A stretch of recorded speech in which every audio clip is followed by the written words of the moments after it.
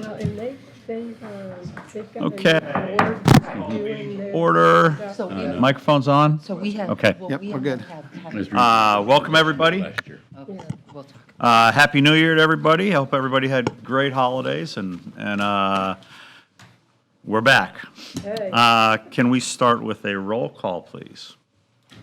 Carol Killian, here, Christos Mavronis, Larry McDermott, Here. Dr. Victor Gooden, Harry Lloyd, Here. Bob Rand, Here. Derek Harris, Here. Keith Norden, Here. Nancy Kiefer. Here. Katrina Frio, Here. and that's it for the roll call. Very good. Thank you. Mr. Chairman, for the record, Christos and Dr. Gooden both emailed me and let me know they would not be here. They're both under the weather. One is under doctor's care, so Okay. they're excused. Okay, very good. Thank you. Okay, everybody should have a copy of the November 15th meeting minutes. If we, hopefully everybody's had a chance to review those. If we could have a motion. So moved. Second. Thank you very much. All in favor? Aye. Any discussion? Okay, motion passes. Reports. Katrina with Volusia County. Good morning, esteemed members of the Economic Advisory Council. My name is Katrina Friel, and I'm a business manager at the Volusia County Division of Economic Development. What we're doing over at Economic Development right now is we are working very closely with our partners over at Team Volusia. We are working several different projects that are focusing on Daytona Beach International Airport. 2 different projects right now that are looking at the airport. Unfortunately, there's confidentiality associated with that. One promises to bring 200 jobs. It is in manufacturing, and the other one is a product that they are still trying to define. It is a development project, and who the end user will be is still not known to us. However, there is going to be 2 products that are on that parcel.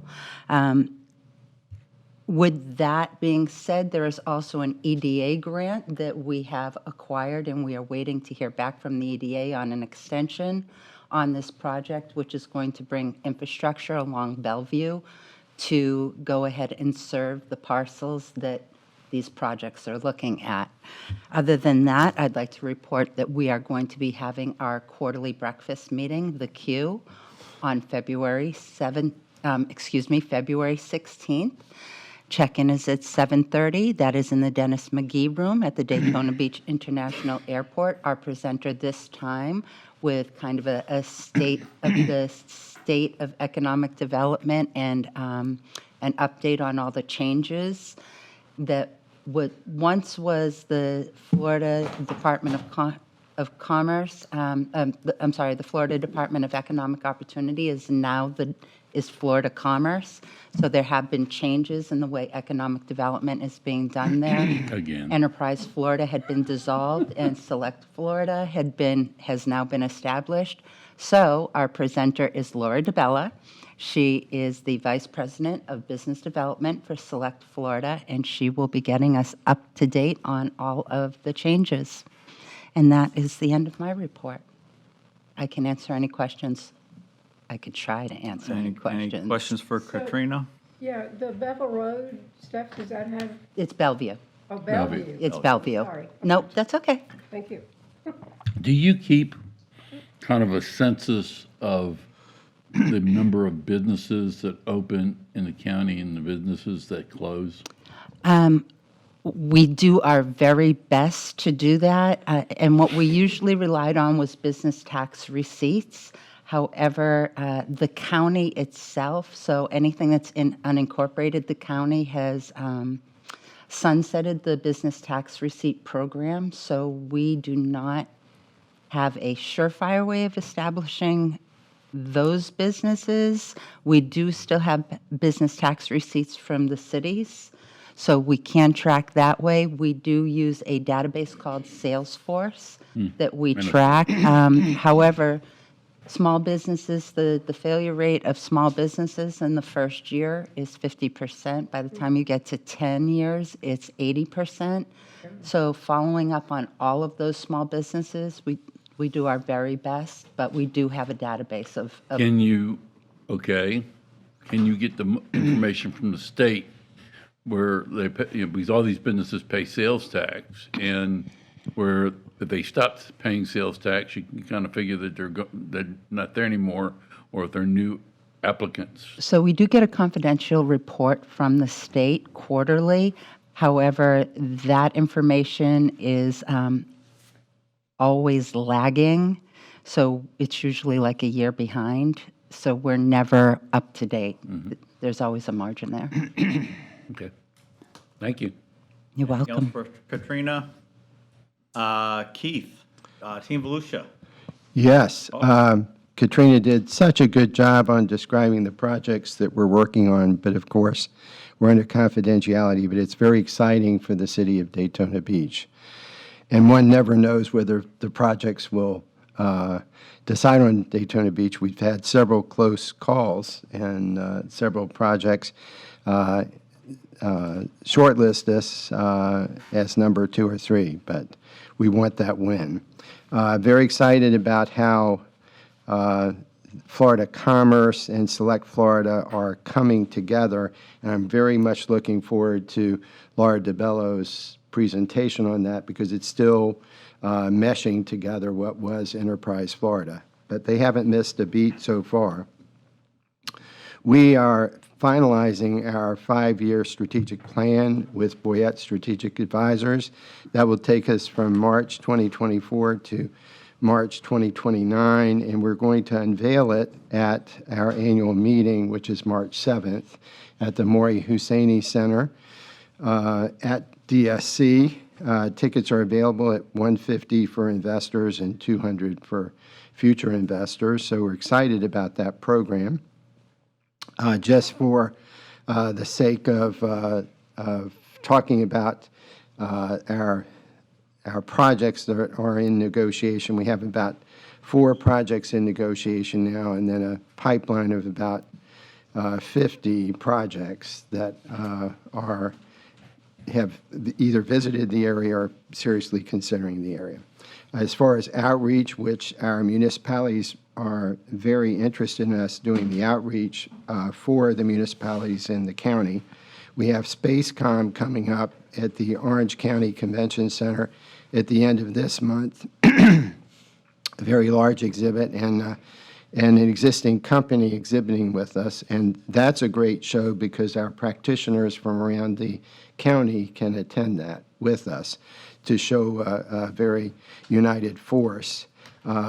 Of course, aviation aerospace is a primary target, and we found that out through just the surveys that Boyette Strategic Advisors did on our behalf for the 5-year strategic plan. Then we have a Brazil roadshow that Harry Jorgensen is going to attend. We were one of the only counties in Florida to be invited, and we'll take the stand with the Florida Commerce Select Florida office as we meet with Brazilian businesses.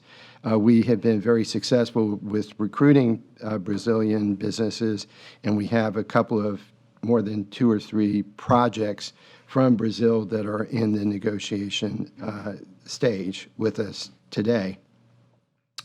We also, because of BBRON, we really target medical and medical devices, so we're going out, Tawan Arrington is going to medical device, MD&M in Anaheim in February. So we'll be on the road constantly marketing Volusia County. So, When are you going to Brazil? When are you going to Brazil? Harry will be going the 2nd of February to Sao Paulo, and we've got a couple of existing Brazilian businesses right now operating in Daytona Beach. So the road store, the story is great, And of course, we have success, not that it's the same country, but our unified win that Nancy spearheaded with TechFit Digital that is just doing wonderfully in Daytona Beach with their FDA approval. So that's a great example of what we can offer through the soft landing program at the Volusia County Incubator as well as the Microplex. So really excited and excited about all that's going on with the Microplex as well. Keith, is there an anticipated timeline on any announcement for the two prospects that you're working closely with that were mentioned by Katrina? Should we expect, or could we expect to hear something in the next, 30 days, or are we 6 months away? Katrina, would you like to answer that? I mean, I can answer it too, but So the nature of economic development projects is they usually take many years. We don't have an established estimate of when they're willing to announce because we're still working through all the logistics at this point, and because we are still in competition because we're in the final phase. The answer is no, we don't know. It's that simple. And then we actually launched a talent recruitment site that we worked with very closely with Florida Power and Light, and that is a very good piece. It's got a separate website. It's lifeinvolusiafl.com. But the statewide program is wonderful, WONDERFL. And it's really a great site. We list employers, really the quality of life aspects, and it's to recruit really younger professionals to the area. It's designed to do that. We link onto the county's job site as well, so it's very well done, and we appreciate all that FPL did. And then I have to say something about the other utility partner we have, Duke Energy, participated financially in our strategic plan through a grant program. So we were covered by both utilities Very good. this past year. Any other questions for Keith? One, Keith, you mentioned about 50 projects in the hopper. Do you have a rough estimate of what percentage of those might come inside our city limits? As opposed to, you're talking about the entire county, I assume. Sure. Yeah. A good number, I know I'm not trying to evade the question. If you look at our historic average, and I'm sorry this is televised, but our historic average of projects, many come to Daytona Beach just because of what's here. Okay. And if you look at the projects we've placed during the last 5 years, we have a great number of projects here in the city. So with all the assets we have with Embry-Riddle, the county, the available land at Daytona Beach International Airport, in close proximity to all that we offer, the ratio is very good for the Okay, city. so we can look forward to a good number of those coming to us. Thank you. All right, very good. Thank you, Keith. Nancy, the Daytona Beach team? Good morning. I'll be very brief because I know we have a couple of presentations to get to. First and foremost, we are proud to say we have our annual meeting on February 2nd. It is going to be a fabulous meeting at the Speedway. We are bringing in Brian Kelly. Many of you know Brian Kelly is a country music Grammy Award-winning superstar, but part of our focus with him is his entrepreneurial spirit. Brian has several businesses, so he's going to share, with our audience of 600 people, a little bit about why he loves this area so much. Many of his songs are written about this area, so I think it's going to be a really great opportunity to recognize a hometown celebrity. Additionally, at that banquet, we're also recognizing our Jakari Young as the Hyatt Brown Award winner this year. Jakari and his team, everybody knows, has done such incredible work keeping our community as safe as possible and being on top of any issues that hit us, being such a special events town, and we're looking forward to honoring him as well. We are in the planning stage for Volusia Days, which is February 26th and 27th.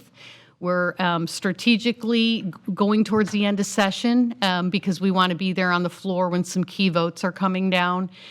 We are setting up several meetings and hope we'll have a good attendance. Looks like the Chambers of Commerce, from Volusia County will all be in attendance, so it really shows a great united effort regionally. You may or may not be aware that actually 2 chambers of commerce in Volusia County are no longer in business. So we lost the Holly Hill Chamber and the West Volusia Chamber. It is very difficult environment for chambers of commerce, and when you're very small with very little staff, if any staff, it's really a tough time. So we're doing our best to help those businesses in those market areas as well as the other chambers to make sure everybody has a home. A lot of people are asking about the Costco opening. That is scheduled for February 22nd. We are coordinating their welcome and their ribbon cutting. It'll be at 7:30 a.m., and I believe the doors open at 8 o'clock. We expect a very big turnout. If there's any evidence to the number of pre-sales of memberships in the lines that there were there for the membership. So working with their team and making sure they get a great welcome in Daytona Beach. Any questions for Nancy? All right. Yes, I have a question. What has been the as far as like the success of the Daytona Chamber? How is it that you were able to stay afloat all these years, and then maybe we could be able to the other surrounding areas that fell down? What would you credit your success to? Great leadership from the volunteer standpoint, very active board of directors. We're a 104-year organization, so we've been doing this a while. We have a really solid financial foundation so that we can help businesses. While we have to chase dollars every single day, we make sure that when we chase them, we're using them to provide programming and content and opportunity for business in the area. So, continuity of strong business leadership, I would say. Over the years, there's been major decisions that have been made around our chamber boardroom.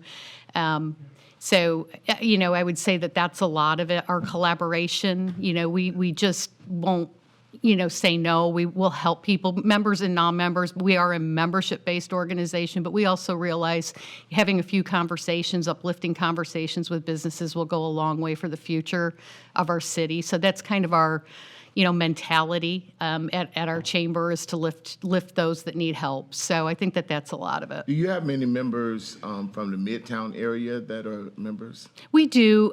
We'd like to have more. We had a couple that started through our Business United program that never completed. We're still trying to do some intel with them about what we could have done differently to help them.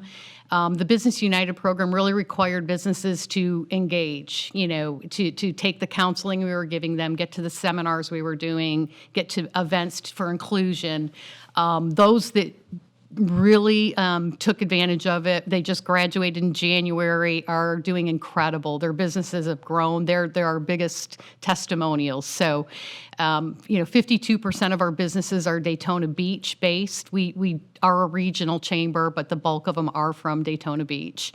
But would be very interested in seeing how we can help with that. One of the things I didn't mention, I guess it's just in my blood right now, is the reopening of our new building. We're in month 9 of a one-year reconstruction of our building with the intent of having a lot of collaboration space and meeting space and training programs to bring businesses in so we can shepherd them through the journey. It's tough running a business, so we're going to be there to help shepherd them through and have a very important item on the agenda this evening for the City Commission to finalize our lease agreement. And we are hopeful that we'll be bringing economic development and business services over to our building, which is a real intended a strategic partnership so that we can better together help these businesses. Well, we were excited to see that the city of Daytona Beach has taken a look at Midtown and looked at what they could do to help that area and then increase the zoning to include retail and residential. So the city of Daytona Beach is making the right decisions when it comes to that Midtown area. So thank you. for that. Thank you so much. And as a board member of the chamber, I would like to add that the chamber staff, led by Nancy, is second to none. And that is a large reason for some of the chamber's success. Okay. I would agree with that. Agree with it too. Here, here.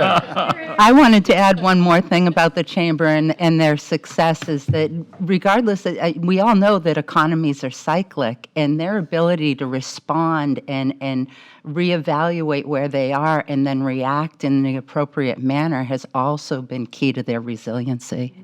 And you see, that's the reason why I asked the question, because many of the businesses, I've had a business, this year be 34 years that I've owned my business here, but most of them have, they started, like you said, 50% and then 80%, the different businesses just closed down after they first opened. And I think that if we could get more of the individuals that have businesses in our area to have access, exposure, to be able to know how to be able to keep things afloat, I think it would really help. So hopefully in the future, we could be able to recruit quite a number of businesses in the Midtown area. And I would love to sit down and chat with you about that. Make sure that we were, having communications, ongoing communications. So when we do our programming, to bring people in, that will draw what the need is out there. Excellent. Okay. And I think your new facility will Sure. really aid that. Yes. Oh, yeah. Very good, very good. Moving on, Jeff Brown, Economic and Strategic Opportunities Report, please. So I'm going to keep my report short as well, and really just highlight one major thing. So in the spirit of what's just been talked about helping small businesses, the city staff will be putting on, with the help of many community members, Accelerate Business Summit, which will be held on February 24th at the YSG Center on Vine Street. The intent is to help new businesses, one, kind of get started and how do they go about that process, and then two, how do you get through the city's processes? Because that's the comments that we hear from feedback is that it's very difficult sometimes to get started in a business, and once I get started, how do I get through the city's processes? So we're going to have city staff available on that day to help out new businesses that are just getting started, make sure they get their BTR, make sure they get registered with SunBiz, the whole 9 yards. We've got legal experts, insurance, accounting, money managers, how to write business plans, how to make a proposal to a bank. All those experts coming in for between 8 o'clock and I think 3:30. We're trying to wrap it up by. But to give individuals that are looking for that kind of information exposure to that. And then in the fall, maybe then look at a program where businesses that are started, how do we ramp you up and get you to the next level? As a matter of fact, I know the county's going to be there as well, also at the event. So that'll be February 24th, At what time? 8 o'clock. Where? The YSG Center, the Yvonne Scarlett. Oh, Gold. Yes. Yeah, why? okay, when you use, is SCORE part of that problem, part of that program?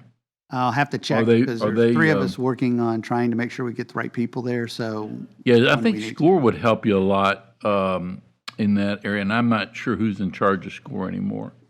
But, the SBA through the Daytona State College have a chapter of SCORE, so you may want to contact them. they'll follow up, make sure we do have that. And somebody from the chamber, Yes. We've already. We've met. yeah. So Assisting them with some of those connections. Okay, thank you. Yes. I think the major thing is getting the word out to a lot of the individuals in the community. I just helped in leadership of the MLK program. And so on Monday, we had just under 1,000 people at the Midtown Center. And then the day before, they had everything at our church. We probably had about 400 or 500 people there. And so what we have to do is if we could get this word out to many of the leaders in our community, especially when you start talking about the Black community, the churches, the pastors, the barber shops, the different areas where we could be able to get this word out, because every single day, I think one of the reasons why I was elected to this board was because not only am I a pastor, but I also own the longest barber shop around here as well too. So I'm constantly talking to people, and so if we could just get this word out of it, even if just work, I could definitely be able to get because I want to see all of our business leaders or the people that's trying to open businesses come, because after a while they just become discouraged because they feel like, how can I get things started? So I think this would be great. Very So good. yeah, so I'll get with, make sure that we are getting our flyers to the churches and to the, those community hotspots, I'll call them. Thank you so much. You're welcome. Very good. Thank you. Any other reports that anyone has? Okay, let's move on. Old business, we don't have anything on the agenda. Anything we need to cover there? New business, we come to our presentations. We have our Brownfield presentation from Mike Snopstyler at Cobb Coal. This is an annual event, right? Annual event. And so, Mike, if you want to, we have Jessica Gao here also. Yeah, I'll start by giving the mic to Jessica. There you go. Good morning, everyone. Well, Jessica, when did you get involved in the Brownfield? Well, you haven't before, have you, or have you? I would say on the technical side, Mike likes to talk. He's better at it on the Brownfield side than I am, but we're leaning into it. So he's been doing it for years, of course, but we thought we'd switch it up. I talk faster, so the intro part will be faster today. So good morning, welcome everybody. Jessica Gao, Cobb Coal Law Firm, 149 South Roderick Avenue, Daytona Beach, Florida. I'm so used to saying that at this podium, it just rolls off. We're going to start this morning with a quick overview that most of you guys have seen on the Brownfield program, what it is, how it works, but we think it's always good for a refresher. So here's the overview that we're going to go through. We'll tell you about the Brownfield redevelopment program, some definitions, the benefits of the program, why we see it used. You guys serve, as most of you know, as the Brownfield Advisory Board for the City of Daytona Beach, so any Brownfield site within Daytona Beach. We come to you with hopefully annual, I think we were here last December, so we're about 13 months, updates on what those sites are doing, how they're going through the process, and the status of cleanup. And then we'll turn it over to Mike, and he will give you the update on the sites that we have today, which we'll go over 3 of them, where they are and where they have been.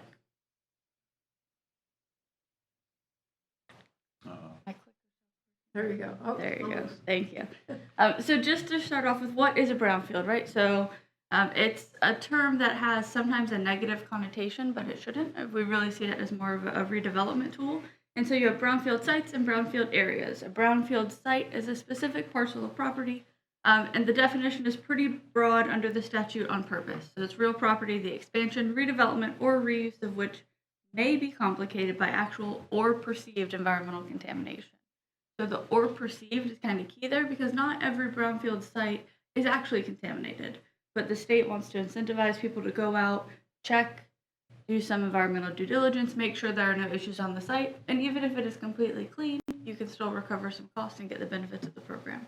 A brownfield area is a more contiguous area, one or more brownfield sites together, some of which may not be contaminated, and that's been designated by a local government by resolution. So we know Daytona was very proactive in establishing a large brownfield area within our downtown core, a major thoroughfare along ISB and other areas of the city, to open up that redevelopment potential for the site or the city. A brownfield site is created after you enter into a voluntary cleanup agreement with the Florida Department of Environmental Protection. In the business, we call it a BSRA, but it's a brownfield site rehabilitation agreement. It's voluntary and negotiable. It provides you the terms, the timelines, kind of the structure for going through that cleanup, and it allows you to go through what we call the 62780. That's the regulatory framework for the cleanup, what rules you have to comply with. Here are some of the benefits to entering the program and having a brownfield site. These are the economic incentives. There is a bonus refund for job creation up to $2,500 per job. Those stack with enterprise and QTI, qualified target industry, I believe is what QTI stands for up to $10,500 per job. So that's really exciting. There's a loan guarantee program. You can see there's a 50% guarantee on site rehab and development and a 75% for affordable housing or healthcare facilities.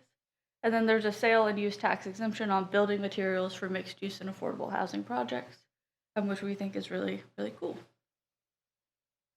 These are the regulatory incentives under the program. So like I said, you've got a specific regulatory framework under 62780 and 777 of the Administrative Code. You get expedited technical review and dedicated staff that focus on brownfield sites. There's certain liability protection to cover property values and things like that, not personal injury. And then the biggest piece, especially in our recent experience, is voluntary cleanup tax credits, which you apply for every January for the work done in the last year. So we are halfway through tax credit season for this year, and we are having a blast. So these are the tax credit allotments under the program. So tax credits are awarded for work that's integral to the site rehabilitation. It applies towards corporate income tax, but if you have an entity that doesn't have that income tax, it can be transferred once within a certain time frame. And there is a market for sale of those credits. In 2023, the legislature updated the award to $35 million, and so we're very excited about that increase. It used to be that you'd apply and you might get your credit this season, or you have to wait another cycle to get that credit back. Now we're pretty much guaranteed that we're going to wipe out the backlog and kind of keep going from there, which is really, really exciting. These are the different types of tax credits. You have site rehab. You apply for that annually, which is what we're doing. You get 50% of your cost for the year, up to $500,000. There's an SRCO, we call it a no further action bonus. Once you're done with the entire cleanup, you get an additional 25% of your cost back, up to $500,000. There's an affordable housing credit, which is a one-time application anywhere in the lifetime, but usually at the end, for 25%, up to $500,000. Same for healthcare provider. And solid waste is a one-time credit, up to 50% of your cost for a cap of $500,000. You cannot stack these and make a profit. You are cut off at 100%. But we have gotten to the 100% recovery before, which is really, really cool. What is the role of the Brownfield Advisory Board? So this is established under the statute, but local governments or persons completing the cleanup has to establish an advisory committee to increase public participation, provide updates, get comments and questions on the redevelopment, and just facilitate knowledge of the program, the different opportunities it offers, and some environmental justice and community safety concerns. We notify you guys at the beginning before we are going to enter into a brownfield site rehabilitation agreement. We give you a copy of that for new sites, and then annually we come and give you a progress update on those sites. And so that's why we're here and we're excited. Some quick brownfield statistics before we get into our sites. Statewide, and this is from the August report that DEP puts out, we have 573 brownfield areas in the state of Florida, 473 sites, which are sites that have guaranteed to go through the program to clean up their site. 219 SRCOs, that's they entered the program, they went through, they cleaned it up, they are closed out. Over $3 billion in capital investment, and almost 90,000 direct and indirect jobs created as a result of participation in the program. Volusia County, we have 28 brownfield areas, 17 brownfield sites. Quite a few of those are in Daytona Beach, and 9 that have actually gone through and completed the program. I'm willing to bet probably all of them are Mike's. Not all of them. There's one that's Jessica, can a site, once contamination has been found, can a site then be designated as a brownfield area? Yeah. Done retroactively? It can, and so you have to go the brownfield area designation process. There are, different methods for it under the statute. What we normally see is a local government designation. You can do that at any point. It just depends on the designation of the area and the application for credits. You would like to recover your costs for the work that you've done to analyze and assess, including a phase one. A phase one can be included as a cleanup obligation. And so once you kind of know of an issue, it's great to get that area designation in place, enter into that BISRO so that you can recover those costs. Right. But you can always do it later. Yeah. And the process is done through the city, the local government entity. Right. And is it a lengthy process to get that designation or no? It's a public hearing process. And so there are certain requirements where you have to introduce the topic, you have to then have 2 public hearings, you have to advertise and do certain meetings on-site, off-site. And so it takes about, I would say, the typical course of a kind of like a rezoning. A little faster, but most local governments have a formal application process where you provide the narrative of why you want it to be a brownfield area. That's why it's so helpful, like what Daytona did, where local governments can do that at any time and they can designate as large of an area as they want. And so having that proactively in place saves critical time and cleanup and development process, because you already know all you have to do is enter that agreement with DEP. Right. You don't have to go through that public hearing process. Thank you. Yeah, Bryna Brown was a brownfield, or well, it was in a brownfield area. They entered a brownfield site. That cleanup lasted longer than we all hoped. I think we kept finding tanks, and it was a fun time. But obviously, we know the great success of that headquarters, and a lot of their recovery was under the brownfield program. I remember a couple of years ago, or several years ago, when we got all this started, that all of Daytona Beach was kind of considered a brownfield area. And then it was just going through and picking and choosing, like with the Brown and Brown site, which ones would become an actual site. Yeah, it was a Mexican. Kind of. Yeah. Yeah, I mean, going back to 2007, 2008, Right. there wasn't a lot of economic development going on anywhere in Florida. And so the city was really proactive, and Emory Counts got really involved in the Brownfields Association Right. and understanding the program. And he said, look, we can help businesses by, all we're doing is designating these areas. All that means is we want to target incentives on all of these properties. And so when projects came up, instead of having to go to the city to say, like Jessica said, let's go through this 3, 4, 5, 6-month process to get this area designated, we can go directly to the state. There's still, some check marks that we have to, go through, make sure that there's a redevelopment, it's consistent with the comp plan, it can be approved, all of that. Once you meet those requirements, you sign the cleanup agreement and you're off and running. And so that's to Jessica's point, being proactive and having a brownfield program before the sites show up can really be an important tool in your economic development toolbox. Yeah. And I think, just taking a step back, the big picture message that we like to give to folks about the brownfield program is, if you have an environmental issue, there is a program that can help make it cost effective to clean up, help facilitate the redevelopment, and provide the liability protection that a lot of lenders, banks are concerned about with contamination issues. That's what this program is designed to do. And again, the city has been very proactive, and that's why we have projects to share with you, which brings us to I said the next one. the next one. So I do have some handouts if you guys want it, just to take home. I think it's helpful in case anyone in the community ever wants some background. So I'll give that to the clerk here.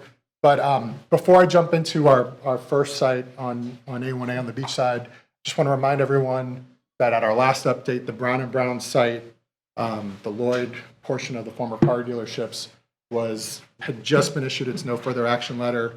That's still intact. Nothing has changed. It's been fantastic. They've received their last set of tax credits. So that cleanup is officially closed out. And I think of all the projects we've worked on over the years, that's one that I think we're really proud of, because it's right here in our home. We get to work statewide on these projects, but it's one that has a really strong business component, a really strong redevelopment component, and was one that I think that DEP can really show as a showcase for years to come. So our first site, we've talked to you about this site before. It's the Sunoco, kind of near the Seabreeze portion of A1A. It's owned by the same owners as the planned Renaissance Hotel that's under construction. So this is the Sunoco gas station across the street.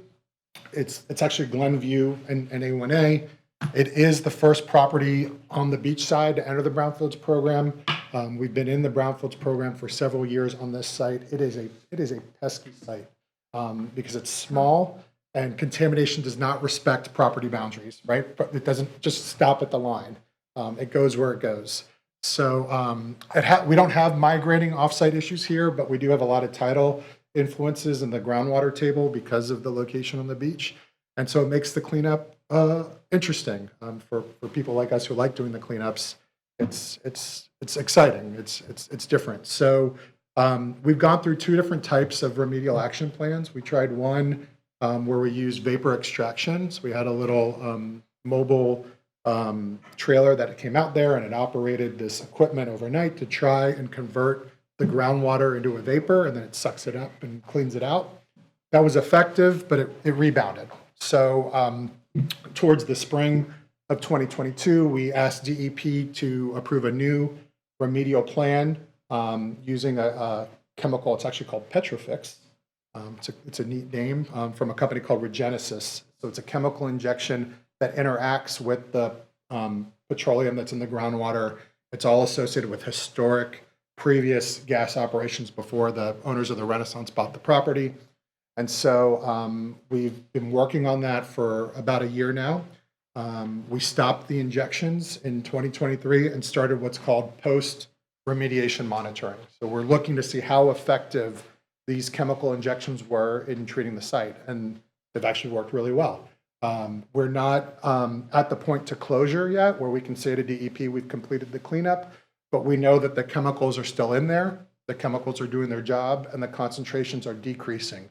The contamination's not migrating anymore. We've been very effective in targeting what's left out there. There's no more soil contamination at all. So that's a really good sign for the site, because I think in terms of exposure to contamination, you don't really use the groundwater on the beach side. So you're really more worried about kids playing in the dirt, people being exposed to it. So we don't have a soil issue out there at all. It's really just a groundwater issue. And so a sampling event is going to occur during the first quarter of this year. And then we'll continue to evaluate how the concentrations are reducing. And if we have to go out and try a little more injection work, we will. But we're hopeful that this is a year that we see, a big step forward towards closure. Mike, is it typical that a buyer will close on the property prior to the cleanup being completed? Yeah, because you have the brownfield program. So we have a lot of sites where the actual cleanup and the redevelopment go together. So think about a golf course redevelopment, for example. A lot of times you're dealing with soil contamination and soil removal, but you also have grading issues for the eventual community, right? Golf courses have elevation changes and things like that. And so they've got a plan to build homes or a shopping center or an office or something out there. They're actually going to complete the grading and the soil removal around the same time because it accomplishes the same task. Just instead of taking that dirt, to somewhere else on the site, you're taking it to a landfill instead so that it gets removed. So oftentimes you see the redevelopment and the cleanup occur at the same time. And one of the most incredible benefits of the brownfield program is that you can get tax credits for what are called engineering controls, caps and covers and things that prevent exposure to contamination. And one of the best engineering controls is impervious surface, parking lots, building footprints, all of that. So you can actually get tax credits for implementing the redevelopment project that you were going to do anyway. So if you've got soil contamination and you're going to have a parking lot, if you manage that soil, put it over the parking lot and cap it, and put a restriction on the property that says this parking lot is going to remain in place, you can get money back for building the parking lot you were going to build anyway. So it's one of the really cool incentives about Florida's program. This figure just kind of shows how the injections kind of work. You can see kind of the red circles. Those are the areas of influence that they're hoping to get the contamination attacked at. So, Mike, this, I assume, is all a result of leaking tanks at one time? yes. So, going back, Florida has very progressive requirements now for upgraded storage tanks. They have to be double walled so that if, the interior gets pierced, there's another wall. Has to be in secondary containment to catch everything, and it actually has to have leak detection devices. But, the tanks that were there in the 50s, 60s, and 70s didn't have those requirements. So the issues we see at the gas stations today are not the result of something that happened within the last 20 years. It's really the result of something that happened 40, 50 years ago, which makes, like Jessica said, the Brown and Brown site, the old car dealership sites, these were little 500-gallon tanks for waste oil from when they were, doing automotive repair work out there. It's not, the Wawas you see today or the 7-Elevens that caused the issues. It's what was there before. Yeah, and our soil, I guess, not being clay, which would trap it in a layer, our soil being mostly sand, I would assume, it kind of would just leach, right? Yeah, and that's why at a lot of and petroleum products move faster through soil than some other things do as well. And so, one of the concerns you always have with petroleum sites are what's called free product, and that's that impact that has gone through the soil, but oil and water don't mix. So sometimes it sits on top of the water, and sometimes it sinks all the way down to the bottom. When you have free product that hasn't mixed in there, that's where it gets really, really complicated, because a well, you can tell whether you've got the contamination or not. But if it's free product, you remove it, and then it's right back there again, because it's just in the well itself. It can be all over the place. So on this injection thing, is that fairly new, or did they use that for the Brown and Brown? What's that? That The injection? No, we didn't have to do that at Brown and Brown. What you typically see with a lot of soil digs, at Brown and Brown, we had more soil contamination. At this site, the contamination was so old, and again, because of the lithology of the site, it already moved out. What you see at a lot of petroleum sites that just have a soil impact that hasn't leached through is that once you remove the soil, that source is gone. Okay. And so you don't see a continuing impact to groundwater. But at a site like this, where the soil is no longer contaminated because it's moved all the way through, now you need something a little more invasive, something that really targets to where the contamination is. So.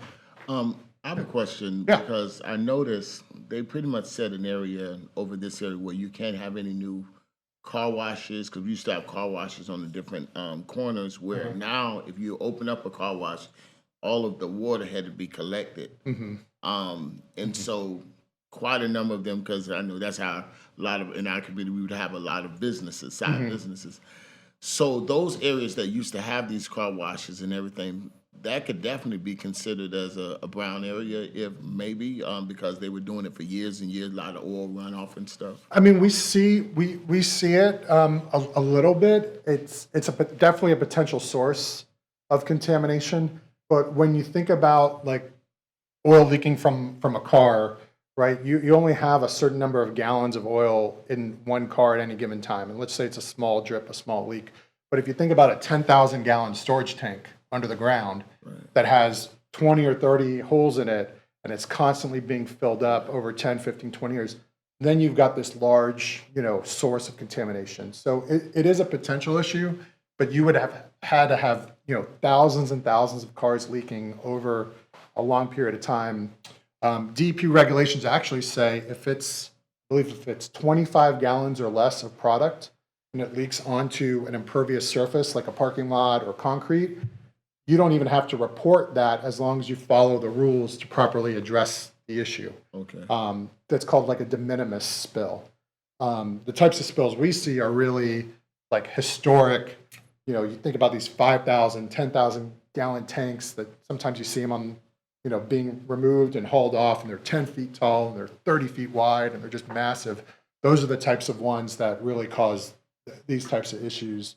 So I think there's a risk, but I think it's one that with proper maintenance and monitoring of, your business and all that, it's less of a concern from a contamination standpoint than some of these other sites where active like automotive repairs and things are going on. Okay. Yeah. And then, there is a redevelopment plan for this site. It's part of that Renaissance Hotel that's going in across the street. It's in business retail, so a lot of commercial uses. We're excited to move that one along. The second site is owned by Bethune-Cookman University. It's the 833 West International Speedway Boulevard site. There's 2 commercial structures out there on the property. It used to be an automotive, I think it used to be a car dealership that had repair shops out there several years ago. We have gone through the process of assessing the contamination, so we now know where it starts and stops. Where are the soil impacts? Where are the groundwater impacts? We have a really small arsenic issue in soil that's under some of the parking areas behind the front building, really small. So we're talking to the university about whether it makes sense to just go out there, dig it up and remove it, or just to leave it in place with a small, maybe 500 square foot section of the parking lot that has to remain. Really, really minor. And then we have groundwater impacts, but they are they're regulated, but they're not harmful. So we have different types of contaminants. We have primary standards, which are typically carcinogens, cancer-causing, or harmful. And then we have secondary standards. Sometimes you smell the groundwater and it smells bad. Maybe it has a little sulfur or something in that, but it's not harmful. It's not harmful if it touches your skin, if you make any contact with it. We have that same type of issue here at this site where we have cumene. It's also called isopropylbenzene. It's a contaminant that is associated with petroleum products, but the only regulatory issue you have with it is smell. So the water might have a little smell to it, but if you test it, none of those harmful chemicals are actually in there. So we are going to move forward with the goal of reaching closure on the soil impact, but there won't actually be a water restriction on this property because the contaminant that we found is not harmful. So that's a really good thing. The property is located in an area where you have to connect to public utilities anyway, but knowing that your groundwater isn't impacted is a good thing. So the university is working with a really good environmental consultant that'll be going out and doing maybe 2 or 3 more rounds of monitoring, and then we'll put a closure package together for the state to evaluate. Again, a commercial land use right there on ISB, and it's in the Midtown redevelopment area, so it has a redevelopment zoning that allows residential, retail, and service use as well. And last but not least, we have the 218 West ISB site. So it's the old First Baptist Church properties, so just on the other side of ISB on the north side here. This has been an interesting site for us. We've come to you guys a couple times over the years to talk about it. Formally entered into the Brownfields program in 2022. As you know, the buildings have been demolished, and there's a plan for a multifamily redevelopment out there. You would think, why would an old church have contamination issues? And it's incredible. We have put soil borings all throughout the site. I mean, we have peppered this site with borings, and we keep coming up with hydrocarbon contamination. It's typically the result of background sources. So that's cars driving by, cars parking on the site. We've read an article in the News Journal from several years ago saying that the alleyways back there used to be greased because they were dirt roads, and so they would grease them to prevent the dust from kicking up and all that. So we think that's the source, and it's just been incredible because we don't see what we always try and find the source of the contamination. Where did it start from, and where did it migrate to? Can't find it there. We've talked to DEP about it. We've sent them report after report after report, and they agree. They said, look, it doesn't look like there's a source out there. So it's not the grease from churches or Popeyes? Yeah, absolutely not. No. Oh, that's good to know. Yep, nope, not at all. And so you see this a lot in large urban downtown areas, But right? I wouldn't think it would go down very deep. Absolutely. So we have not found a single groundwater impact at the site.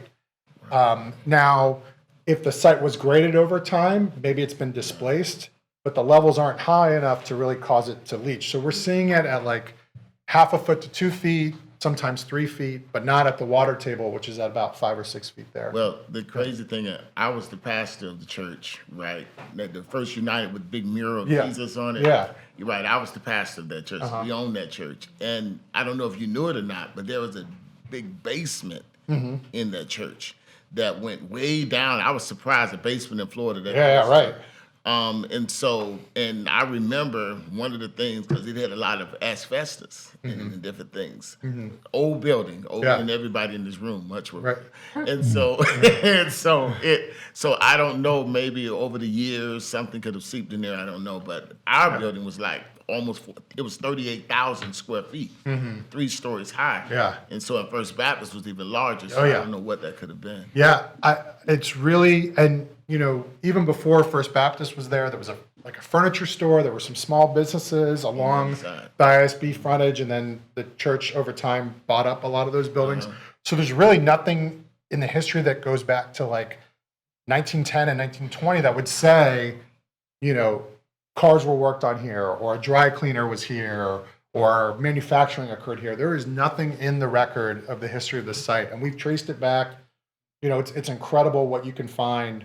The Library of Congress has these old maps that were used for fire insurance that detailed what went on the property, even before we had aerial photography and things like that, and they are accurate. There was one that said at Brown and Brown, there's going to be a tank right here. There was a tank right there. It was incredible, incredible. So this, DEP has agreed with us that this is something that isn't the result of a source. We still need to address it. We still need to make this site, safe for people to live there and all that. And so when the redevelopment, which Jessica's working on, finishes going through its approval process at City Hall, our plan, like Mr. Rand had asked, we're going to implement the cleanup at the same time as the redevelopment, because that site does need to be raised. We've learned that from the storms and all that. It needs to be higher up with a lot of the sites in downtown we've seen over the years. And so that's how we'll address this. So site. Yeah. if the site's going to be covered with an impervious surface, a building, parking lots, and it's contamination that isn't permeating out, and you've got all city utilities, why is it critical that it be cleaned up if it isn't in extremely dangerous levels? Yeah, so there are levels that are too dangerous to leave in place, Okay. right? There are, and there are special places that accept that waste, but for the most part, you can leave it in place capped, but then you are recording a restriction in the public records on that property that says this has to be capped forever.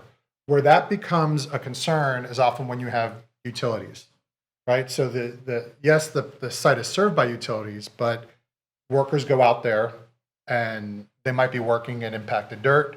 You have water mains that break all the time. And so if a water main breaks or a sewer line breaks, or just even a stub line breaks or something like that, then that can push the contamination out and spread it around. And so you can close it out that way with those caps, but you have to have what's called an engineering control maintenance plan, a very specific set of policies and procedures to alert the public, to alert residents, visitors, workers, that these issues are here and here's how you're going to handle it. Right? If there's a water main break, you're going to put the dirt over Visclean, you're going to keep it separated from everything else, do the work you need to do, and then put it right back where it came from, put the cap and cover back on. Those are the types of things that have to be in place to make sure that 20 years down the road, no one forgets that there's an impact down there. And so that's why this Brownfield program exists, to spread knowledge about these issues, to let people know that these are how these sites are being handled, and so that everyone can put these properties back to good, productive economic redevelopment. And again, as I mentioned, this site, it's called the Delta West Project, mixed use, but primarily multifamily residential, and it's under review by the city right now. So those are our 3 sites that we're working on. There are other brownfield sites in Daytona Beach, but we want to make sure you all know about the stuff we're working on in case anything comes up. You are, the the eyes and ears of the, economic development in our community. Happy to answer any additional questions. I include just some info on, who are some good contacts in the Brownfield program, in case you want to talk to anyone at DEP about it. And we appreciate, the opportunity to come here and speak to you all. Very good. Questions? One, where do we take this? I mean, the contaminated soil is either cooked or screened or whatever. Where is it going that it now? So it all goes to specific landfills that are permitted by the state to receive this material. In the county? No. Most of them go to, there's a large landfill in Kissimmee. There's a large landfill in Jacksonville. The county can accept certain types of waste, but for the most part, I think it's Omni in Kissimmee, and I can't remember the name of the other one in Jacksonville, but that's where most impacted soil goes to. It's trucked to those sites. Yes, yes.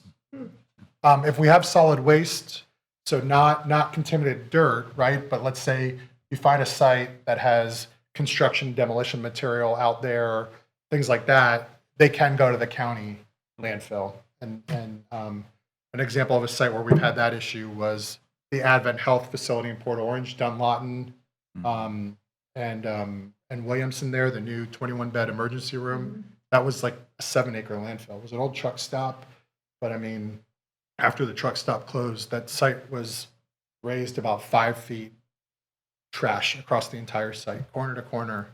I mean, with thousands and thousands of trucks had to remove that solid waste to make that site. Yeah, it was a mess.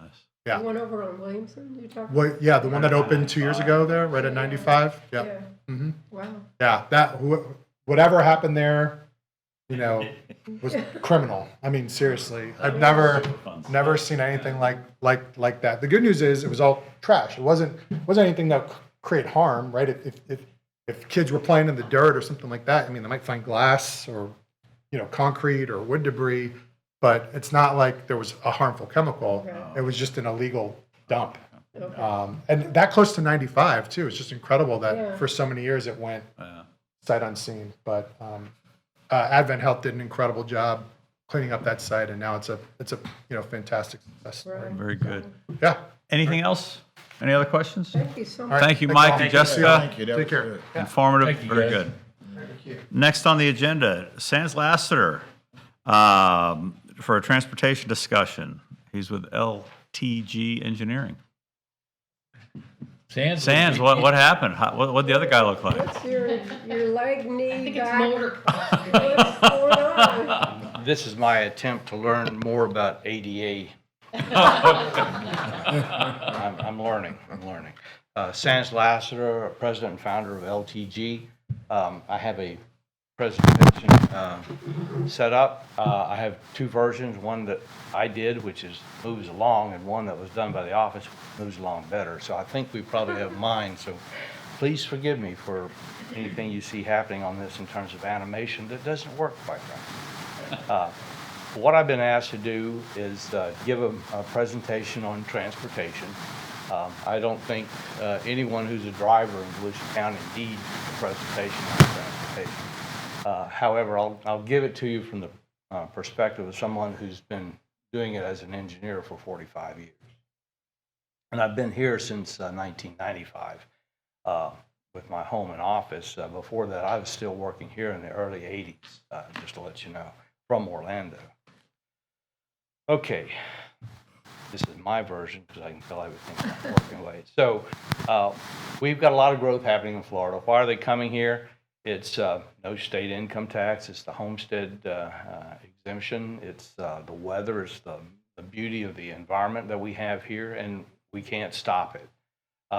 Also, homes are relatively affordable compared to up north, and you're seeing that happen. The prices here have gone up a lot simply because people are coming down here and paying asking price or above asking price in cash. So growth is coming. What we have interstates, great interstates. We have great airports, commuter rail, transit, pedestrian and bicycle ways throughout the county, part of what Pat Northy's been the champion of. She's I think called the Trail Queen. So she should be called Queen, and that's what I call her. So, but anyway, what they've done is they've developed a system that makes people really enjoy the outdoors. Okay, we get 1,000 new residents a day, and this changes all over the place. When I first made a presentation using some of these slides where you could actually see everything on the slide, it were about 1,400 folks a day coming, and I think that was, well, it was a couple of years back, but still it's 1,000 new residents a day. That's significant. Just to give you some idea of what 1,000 new residents do, that's about 350 homes, depending on how many people per home you're talking about. That's 3,200 trips a day.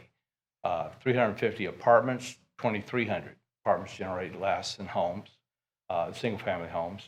350 retiree homes generate about a third of what you get out of standard single-family. Grocery store, 40,000, about the same number, 40,000 square foot grocery store, and that'd be like a Publix. Office generation, 40,000 square feet of office generates a whole lot less traffic. These days, offices are generating even less because so many people are working from home. Our office is at max about 30% filled, and I'm trying to figure out what to do with that at the end of our lease. Don't know what to do about that exactly, because I have this faith that people will come back to offices, but I don't think it's going to happen. If you talk to the employees, it's not going to happen. And that's something we offer potential employees and say you can work from home 50% of the time. When we do it 50%, we do like to have them in the office. A distribution warehouse center, you can tell it has a fairly reasonable trip generation for 500,000 square feet. Upcoming significant projects. This is something that was asked of me to speak from. The first one is the I-95 US 1 interchange up in Ormond Beach. This is going to be converted from a traditional interchange to what's called a DDI, diverging diamond interchange. That's where you drive on the wrong side of the road, which is a lot of fun. First time I did it, it was on a project in North Carolina that was under construction. I thought it was a strange error, but I thought, well, this moves pretty well. And found out, no, it was nearly open, nearly completed under construction, and they work extremely well. What happens is your left turns become right turns. So that's the cool part about we have a lot of left turn traffic, and you're trying to stack that underneath an overpass, and you can't just get it all in there. That's what a diverging diamond does very well. It'll confuse you. Yeah. Just go follow the lanes and follow the lane marking. The next one is, by the way, that is $340 million, and that was approved late last year. And that $340 million is not just to eventually happen. That thing is supposed to be under construction in 3 years, just to let you know. So, and they're moving fast with the design of it. They'd already finished the PD&E. Here's the LPGA Boulevard interchange. The original plan for this interchange was a diverging diamond, similar to what they're doing at US 1, and they scrapped it. I was kind of surprised. It was about a $26 million improvement. They not only scrapped it, but they added all of LPGA from US 92 around to Williamson. That's estimated now at $90 million instead of $26 million. And all that means is it'll take longer to get it done because it's that's not funded yet, unlike US 1 at I-95, which is a shame because all of us who travel Williamson and go across the bridge there on the Tomoka River have sat there in that traffic, and it's a lot of delay occurring there. By the way, 60 of that 90 million is for LPGA to rebuild it completely rather than to use the county's existing facility and add 2 lanes to it. That is under discussion with the county and other folks because there's a cheaper way to do it if we could do it cheaper. Could you expand on that a little bit? Say that again, that rebuilding LPGA Boulevard? LPGA Boulevard was built from 92 all the way up to the interstate. Right. With the up to the bridge. Right. With it on one side of the right of way. And the idea was that you simply build the other 2 of 4 lanes on the other side. DOT's plan right now calls for scrapping the existing road entirely and rebuilding it as a brand new facility. And that's obviously be nice to do, but it's very expensive. So that just puts the project off in terms of how soon it can happen. And that is probably one of the most congested sections of roadway, Right. unless you look at State Road 40 going into DeLand at 8 o'clock in the morning. Right. That's one of the most congested sections of roadway in the county, so it's a concern. Stan, does that include the bridge? That includes a bridge. That includes a bridge. So it's going to be 4 or 6?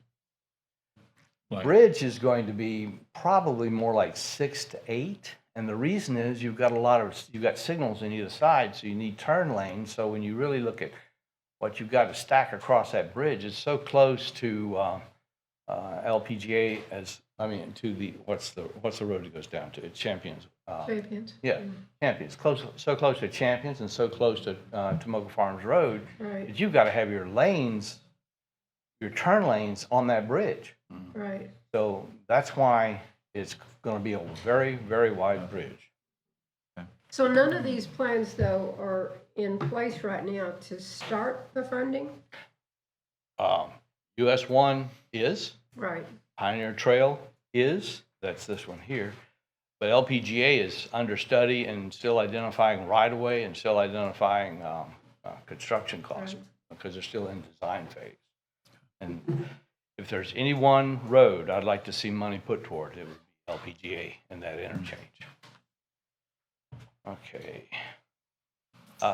There's a couple of new projects that are going on that are kind of interesting to help advance roadway projects, and they are called public-private, couldn't fit partnerships in the blue label at the top, so I just put public-private. So that's public-private partnerships. That's where you have the private sector coming to the table with some skin in the game. In this case, this is Timberline for their Sungate project. They're going to convert for a minimal cost, quite frankly, partial movement interchange where I-4 connector comes into US 92 to a full movement interchange by providing access to the, I'm going to call it the off ramp in the direction to the west on ISB and the on ramp from ISB to the I-4 connector. And they've worked together with the adjacent landowner and DOT. We're going through the interchange modification review process right now at DOT and the preliminary design, but that will be designed and constructed. It's meant to be a design build project, which moves quickly. That's supposed to be open in 2026, 2027. So both that one, probably the Pioneer Trail interchange and the US 1 interchange are going to come about fairly quickly. And by the way, I've never seen such a high percentage of interchanges in one county under construction or recently constructed as there exists in Volusia County. And it's a measure of the kind of growth that we're having and kind of growth that we're projecting. So to me, it's a positive thing. I'm glad to be in the business I'm in. The next one is another public-private project, and it's down on State Road 442 in Edgewater. It's kind of an interesting interchange. It's a nice big 4-lane Indian River Boulevard to the east, which is State Road 442. Got a brand new 6-lane, relatively, interstate, and you've got a 2-lane underpass. So what this is a very congested. Traffic backs up on the off-ramp quite a distance. We just finally had DOT put a signal in, and we appreciate that they did that too. But traffic was backing up because of stop sign control at that time, and they had police officers out there controlling traffic. And obviously that's not the way to go. They put in a temporary signal. It's temporary because it's span wire instead of mast arm. But I'm actually working on this one as well.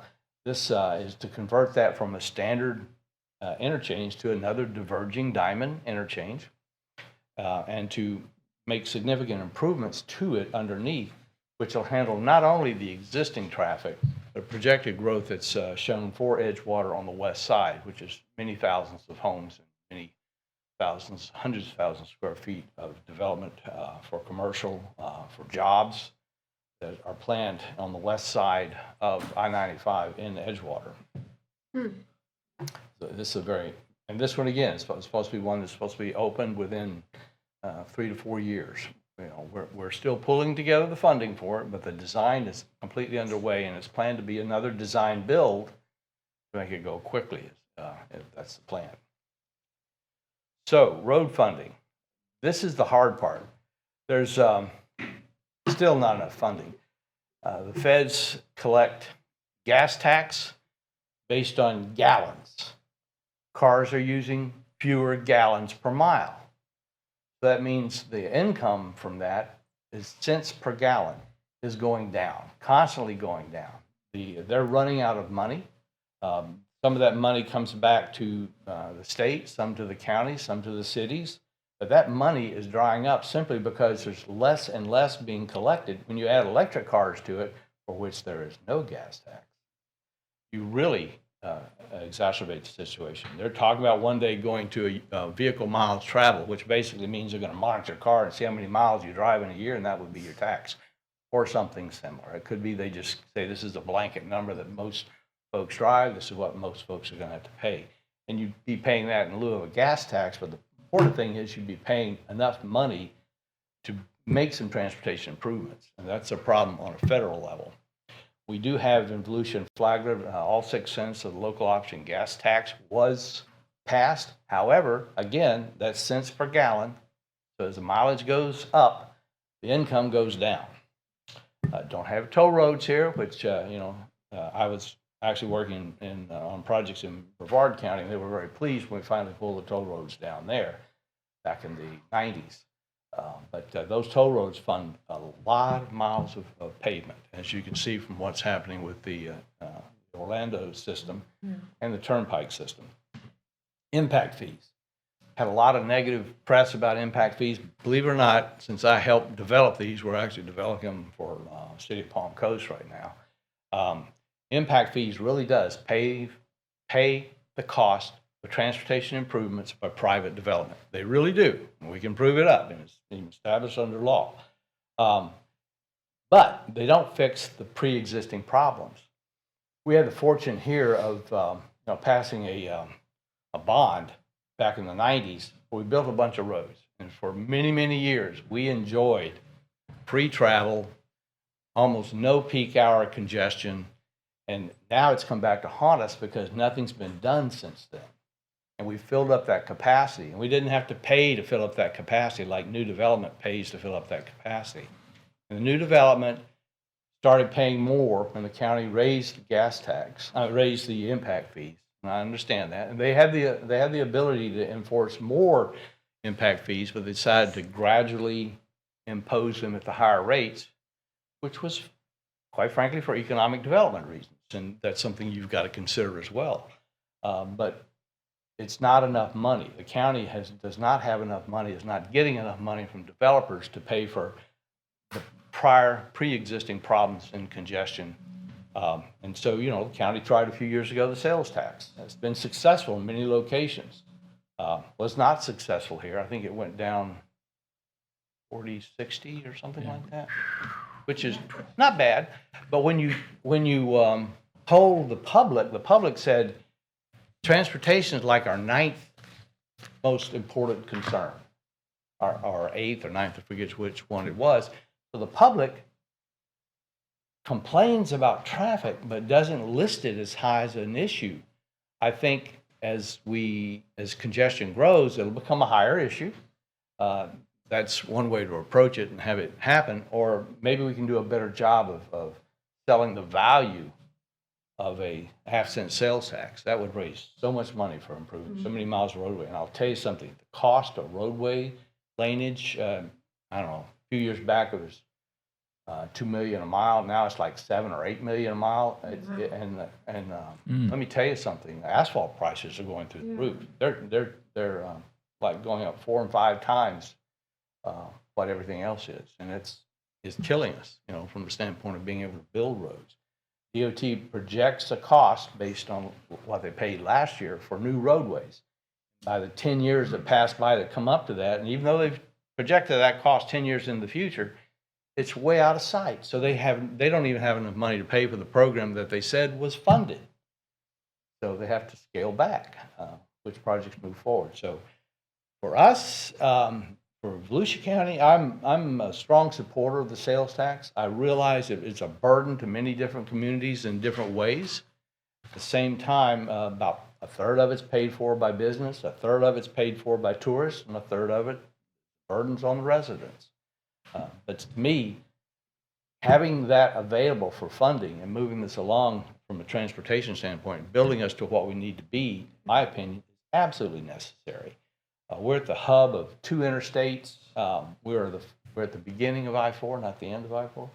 And we are at a location that is ripe for improved development. And I'm going to say improved development because, in my opinion, there are things that can happen better than have happened in the past. And we're looking for economic growth from the standpoint of higher paying jobs. That's to get that, we've got the environment for it. What we've got to do is we've got to get the roads for it. Excuse me, Sands. So, no one wants a tax increase, but a user tax seems to make sense to me that, if you I know it's a huge political issue to raise the gas tax, but isn't that the most, the more miles you drive, the more you pay for the improvements? Is it just politically not feasible to raise the gas tax? Congress has known about this trajectory of gas tax revenue for years. They're afraid to bring it up. Right, yeah. My opinion is 40-60 is not a bad split on going down on a sales tax. We need to do a better job this time around. So we have control locally if it's a sales tax. Absolutely. It's a federal issue if it's a Absolutely. gas tax. Along Okay, with the got it. chamber, I went on a trip. We went to Southwest Florida, Fort Myers area, and we went to places where it did work, and they were able to get it approved. 51-49. All right, yeah. Okay, but the point is, you got to get from 40 to 51. And the way I don't think we sold it as well here was that we really didn't list which roadways would absolutely be improved in what order. Right. We were kind of wishy-washy about it. Yeah. And I think we need a better sales of what the value of this is going to be to the residents and to the business community, quite frankly, to the people who visit here. Right. And we need that extra capacity so when they visit here, it doesn't bring the roads to a standstill. So anyway, I think it's the right thing to do. Yeah. And this is not supposed to be a kickoff for the sales tax. However, that is the last You're comment. televised. Pardon? You're televised, right? Uh-oh. This is the first room I ever noticed I had a bald spot. Oh, I was watching the monitor when it was up here. And I said, "Who's that guy who moves the opposite way every time I do? He's got a bald spot." And I think, that looks like me. Anyway, so I don't like being televised. well, what about the impact fees area? Is there any way to maybe increase that or change where those monies can be used? By law, Jessica is my mentor. So, by law, new development can't pay for more than its fair share. Okay, it used to be called proportionate fair share. Maybe some of the developers got kicked off of that, so they call it proportionate share. They didn't think it was fair, but it's called proportionate share, and they pay for their share of improvements, and they really do. I've gone through the calculations with some of the brightest minds in the state, not mine, that have done this, and they really calculated the proper way, and you can tell why it's working.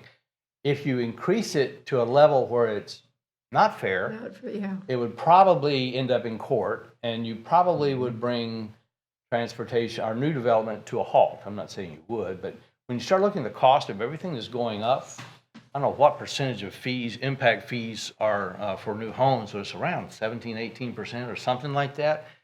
That's a pretty healthy number when you talk about a price of a home, $100,000 home, which is probably hard to find. $18,000 of that, which you're going to pay on a 30-year mortgage, just for impact fees. So anyway, and that's a guesstimate on what I recall the percentage of fees being. But anyway, so let's start off this sales tax thing. No. But I think there's a way to sell it and make it happen. And I think one of the most important things is to list the improvements that it's going to go for, order them, list them, and make them available to all communities. And I think that is something they did with the prior initiative. They did say what's going to be done in DeBerry, what's going to be done in Deltona, what's going to be done in Ormond, what's going to be done in Daytona, and what's going to be out in the county. The other thing, though, is to make sure the funding where it is, going where it is. What was the other thing?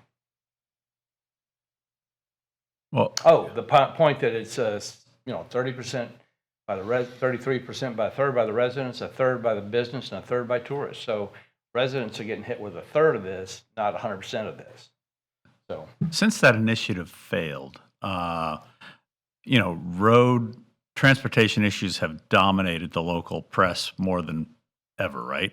I think so. I think, LPGA has become a much bigger issue. All the pockets around the county that really have traffic issues have been much more in the headlines. There's been a lot more talk about it. So maybe the atmosphere is a little better in that the public is a little more educated on it. So I don't know. I'd like to think so. yeah.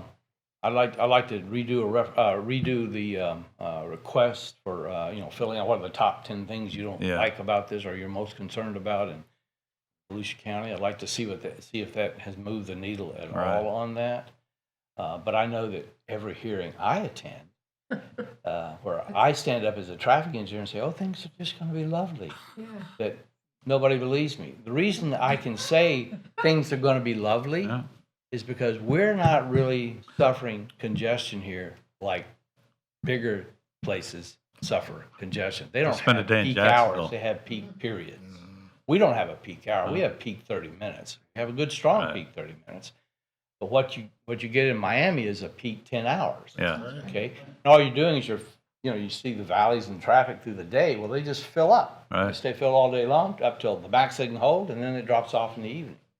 And that's what happens. So we are slowly getting to that level, but I'd rather we didn't get to that level because part of that lifestyle thing that I moved here for in 1995 was to get away from the Orlando, the Miamis, the Gainesvilles, whatever, wherever you were having traffic problems. And so I really enjoyed the expenditure that was put in place in the 90s, and I would like to see it again. Can I ask a question? I was, because I'm from Miami, so I know what you're talking about. And I apologize for saying that.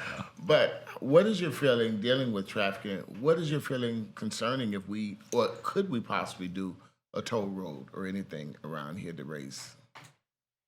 Well, here's great, okay?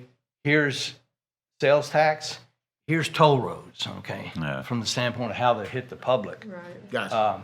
It's interesting, interstates are tolled in some states. Mm-hmm. Here, of course, the Lexus lanes in Orlando are tolled. But And they do it all Just- automatically now with cameras. Yeah. So Yeah. you get a bill in the mail every month. yeah, Yeah.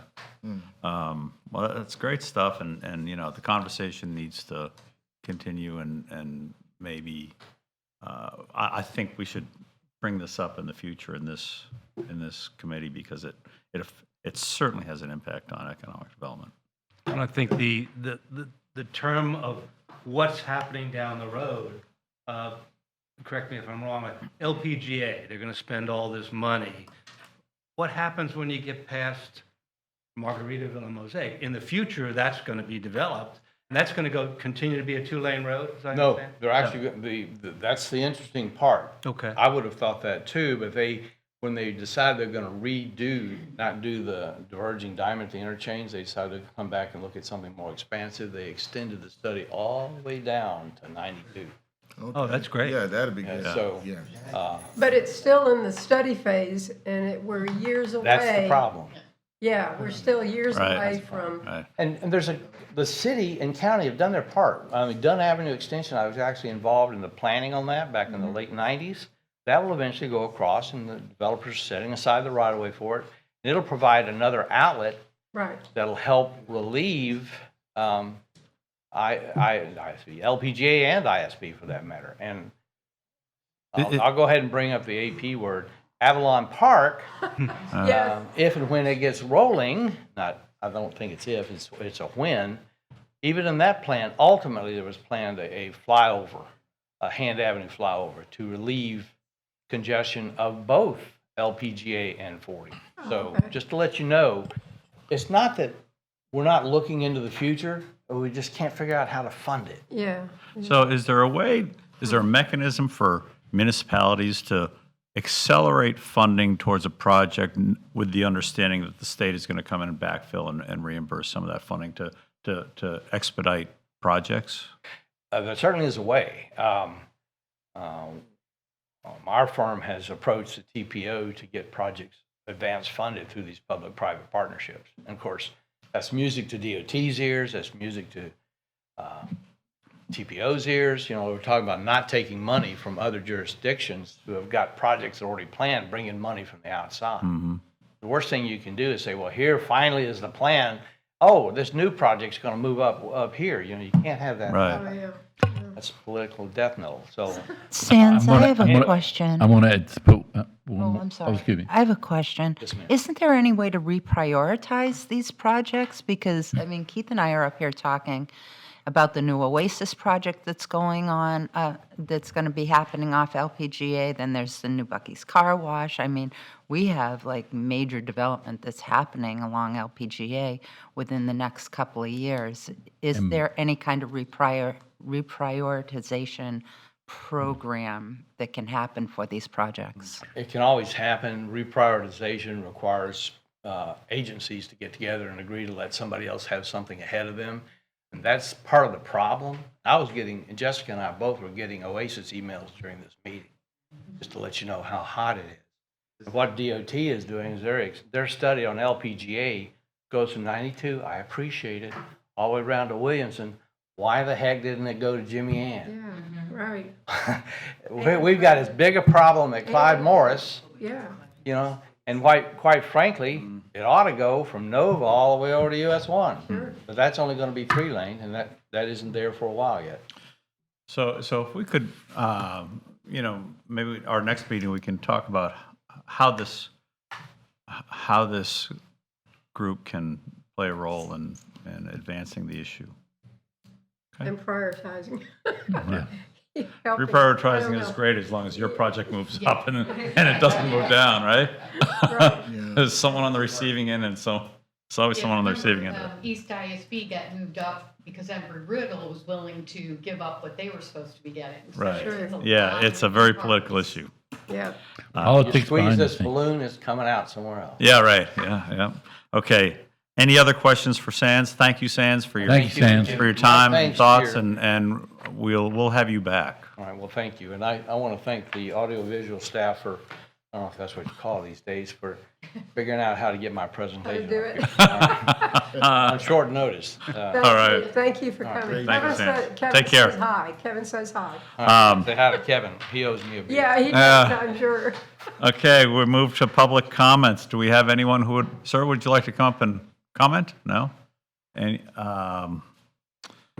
we have no other public comments. Scheduled next meeting is 8:30 a.m., February 21st. That week is a busy week. A lot going on based on our previous conversation. It's race week, too, or just after, yeah. So, It's just after Right, race yeah. weeks, yeah. All right. Move for adjournment. okay, so moved. Let's go. Yep. Done. Thank you. Thank you all. Got a hammer. Got a hammer.